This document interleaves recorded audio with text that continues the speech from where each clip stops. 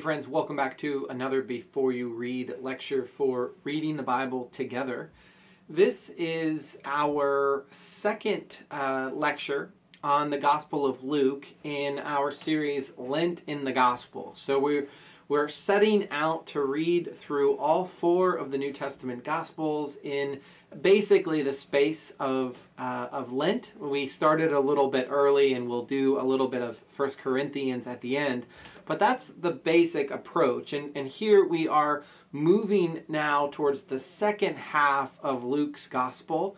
Luke is, of course, the third of the four New Testament Gospels, so we are really close to our journey's end. And it's been a pleasure to more deliberately and more slowly work through these Gospels and reread them and re-encounter the journey to Jerusalem and the beauty and the brutality of the cross and the hope of resurrection. And to cycle through these stories again and again has been a blessing to me, and I hope it's been a blessing to you as well. As a reminder, for this week, we'll be focusing on chapters 13 through 24 of the Gospel of Luke. So really the second half of the Gospel of Luke.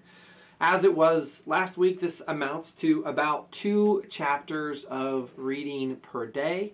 I will review at the end of this lecture my suggestions for engaging this material, as well as those questions for reflection and or journaling that have sort of guided us through our engagement with the Gospels throughout this Lenten season. I want to start, though, with a review of some of the reminders about the Gospel of Luke that I introduced in my previous lecture. This will not be as developed or as full, but just remember, sort of getting our mind going before we hop into our reading. The first is remember that Luke is the only Gospel that has this literary prologue, this 4 verses of introduction where Luke says, "This is what I'm trying to do. I've reviewed these other accounts of the life of Jesus. I found them to be not as orderly or not as systematized, or they're lacking in some other way. And so I've consulted the witness I've consulted these other accounts, and now I'm offering my own."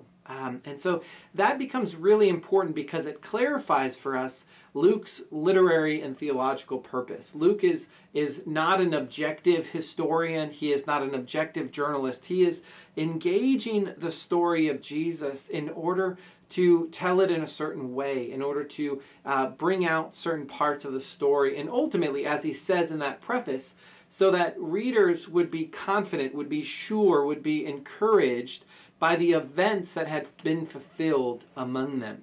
And remember that this prologue is distinctive to Luke. It's repeated in Acts, and that's the second thing that I would say as a reminder. I think I said this as the 5th thing when I did it last time, but the second thing to remember is that Luke, the Gospel of Luke, is the first volume in a 2-volume work.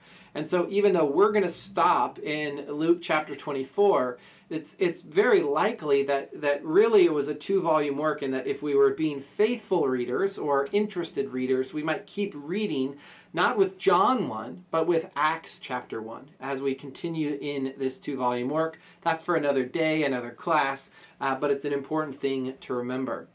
A third thing to remember is that Luke can be known as the prophetic gospel because Jesus is portrayed as a prophet. Jesus takes on the mantle of Isaiah 61 and Isaiah 58 in his inaugural sermon in Luke 4. He often compares himself to the prophets who went before him. Even some of his miracles have corollaries, earlier corollaries in the prophetic tradition. The fourth thing to remember, and this is really important for this section of Luke, is that in Luke 9:51, Jesus is said to set his face, set his intention to go to Jerusalem. And this becomes something of a turning point in the Gospel of Luke. And we are journeying with Jesus as he heads with his disciples to Jerusalem, to the cross, to a sham trial, to his eventual death, and finally to his resurrection. And so thinking about this journeying motif is really important. The final thing that I mentioned last week is the importance of women in the Gospel of Luke. Especially at the beginning of the Gospel of Luke and at the end in the resurrection encounters, but also in the middle and throughout. It's important to pay attention to the presence and the role of both named and unnamed women. And that's just because the New Testament, the Gospel of Luke, were written in a time that women usually were regarded with suspicion. They usually had a secondary place in society, although some women might have had substantial means. They might have had social capital. It was still largely a patriarchal world in which the value and the role of women was secondary to that of men. And so it's interesting, important for us to notice these named and unnamed female characters in the Gospel of Luke. As an overview, or really as an introduction to the overview of this section of Luke, I want to pick back up on something I mentioned earlier, and that is the theme of journeying, of traveling with Jesus. In many ways, our reading for this week is material that's on its way to Jerusalem. It's wandering material. It's journeying material. So that we're traveling with Jesus and his disciples as he moves from Nazareth and Galilee into Jerusalem and eventually to the cross. And I think one of the motivating questions for us is, what does it mean to follow in the way of a crucified Messiah? What does it mean to be taught, to be discipled by such a Messiah? And what does the kingdom of this type of Messiah look like? And how does it interact with the other kingdoms of the world, especially the kingdom of Rome? But we might think of other analogies to the kingdom of Rome in our contemporary world. I think that this is one of those places that we see so clearly Luke's literary and theological intentions. You may remember that in the Gospel of Luke, the Gospel of Mark rather, that the three passion predictions happen in quick succession, in rapid succession. They almost are thrown out on top of one another, 1, 2, and 3. And it can leave the disciples, in the Gospel of Mark, certainly, it leaves the disciples confounded, confused, and searching for an answer. But I think it also has that effect on the readers, who are like, wait, what are we doing going to Jerusalem? And he's going to suffer and he's going to die? This makes no sense. What are we doing? And in some ways, what we see in the Gospel of Luke is from 9:51 until chapter 20 or so, Luke is extending this narrative. He's extending this narrative. He's giving us more insight about what's going on as Jesus is making this travel. And really what it does is it opens up a little bit more space to understand the nature of discipleship, to understand what it means to follow in the way of a crucified Messiah. And so we see a lot of Luke's unique theological and literary voice in this section of the Gospel of Luke. And so this is a really important section for us to pay attention to. And so as we look ahead to our reading, as I've done before, just a few big bullet points about what you can expect. For Friday, I'm encouraging you to read Luke 13 and 14. This is mostly parables and healings with what I discern to be a focus on discipleship and the nature of the Christian community. In Luke chapter 15 through 16, we see more parables, and I would say that these are some of the most unique parables to the Gospel of Luke. They're also some of the most difficult to interpret and to understand.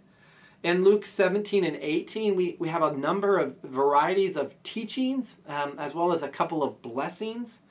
In chapter 19 and 20, we see Jesus entering into Jerusalem, and it's really in Jerusalem where Jesus has a series of showdowns with a variety of religious leaders, where they debate the interpretation of Scripture, where they debate religious practices and even ethics. In chapters 21 through 22, Jesus is still in Jerusalem. This is chapter 21 has what scholars call the mini apocalypse, or the synoptic apocalypse, that talks about the forthcoming destruction of Jerusalem at the hands of the Romans. And there's also in chapter 22, we learn of the plot to kill Jesus. We learn of him being handed over, of him before being handed over, his celebrating Passover with his disciples. And finally, ultimately in chapter 22, his arrest. And then on Wednesday, the last day of the week before our next Zoom session, you'll be reading chapters 23 and 24. And this is really the end that we've already seen in Matthew and Mark, with the trial and crucifixion of Jesus. And then finally in chapter 24, the various resurrection appearances. Quick reminder about the suggestions about how to engage this. Encourage you to follow the daily reading plan if at all possible. You might combine a couple days into one, but try to space it out and read it in a more meditative and prayerful way. I invite you to use your journal as you go along with it, to take notes and to capture some of your thoughts. I encourage you to open your time with a simple prayer of illumination as you seek to study Scripture. Then, as you read or after you read, here are the questions that I encourage you to think about, the reflection questions, either for journaling or just for thinking about. The first is, how would you summarize what you read for that day in 2 to 4 sentences? The second is, what questions do you have about it? What's unclear? What's confusing? The third is what issues in your life or in the life of your community does it address? The fourth question is, what does it teach you about God, about the nature of God or the character of God? And then finally, what does it call you to do? What is the response that this text is eliciting from you? All right, friends, that is all that I want to say for now about Luke chapters 13 through 24. I look forward to hearing from you and engaging this material with you. But for now, happy reading.